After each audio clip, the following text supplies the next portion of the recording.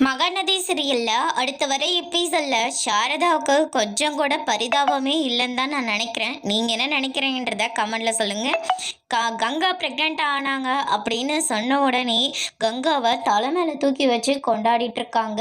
குமரன் இருந்துட்டு நீ எந்த வேலையும் செய்யக்கூடாது அத்தை, பாட்டி, நீங்க தான் நான் வீட்டில் இல்லாத போது கங்காவை கவனிச்சுக்கணும் அப்படின்ற மாதிரி சொல்றாங்க. உனக்கு என்னென்ன தேவையோ அந்த அந்த டைமுக்கு நான் உனக்கு செஞ்சு கொடுக்குறேன். மருந்து மாத்திரையில இருந்து ஜூஸு அது இதுன்னு சொல்லிட்டு எல்லாமே நான் மட்டும்தான் செய்வேன் அப்படின்ற மாதிரி ஸ்ட்ரிக்டாக வந்து சொல்லிடுறாங்க. எங்கடா ஸ்வீட்டு அப்படின்ற மாதிரி சொல்லணும் கேட்ட உடனே குமரன் போயிட்டு வாங்கிட்டு வரலான்னு சொல்லிட்டு கிளம்பி போறாங்க. இந்த பக்கம் பாட்டி இருந்துட்டு இங்க பாருங்கடி, தேவையில்லாம கங்காவை ஏதாவது வேலை வாங்குனீங்க நடக்கிறதே வேற.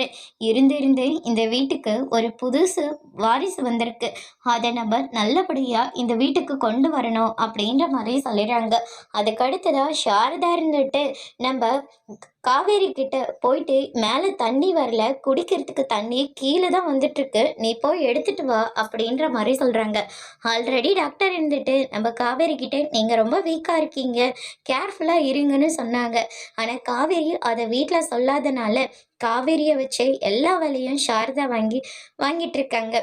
தண்ணி கூட தூக்கிட்டு வரும்போது ஸ்லிப் ஆகி கீழே விழ போறாங்க. இனி காவேரிக்கு என்ன நடக்க போகுதுன்றதை வெயிட் பண்ணி பார்ப்போம். தேங்க்யூ.